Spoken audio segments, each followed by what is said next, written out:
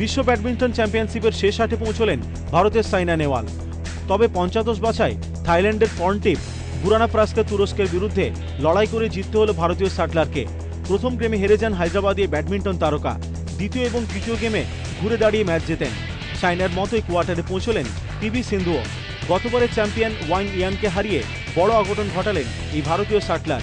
পুরুষদের বিভাগে কোয়ার্টারে গেলেন পি কাশ্যপও।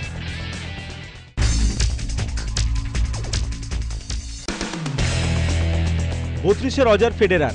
বৃহস্পতিবার সুইস তারকার জন্মদিন আরও একবার উস্কে দিল ফেডারারের অবসর জল্পনাও।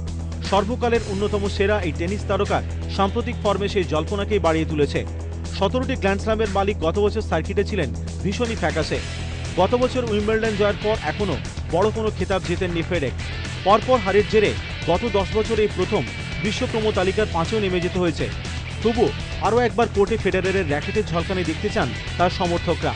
32তম জন্মদিনের শুভেচ্ছা জানানোর পাশাপাশি সমর্থকদের প্রার্থনা, প্যাসিং ভিডিওতে নিজের পুরনো টাচ ফিরে পান ফেডেক্স। সমালোচকদের মুখ বন্ধ করে রাজার মতে অবসরে যান রজার ফেডেরার।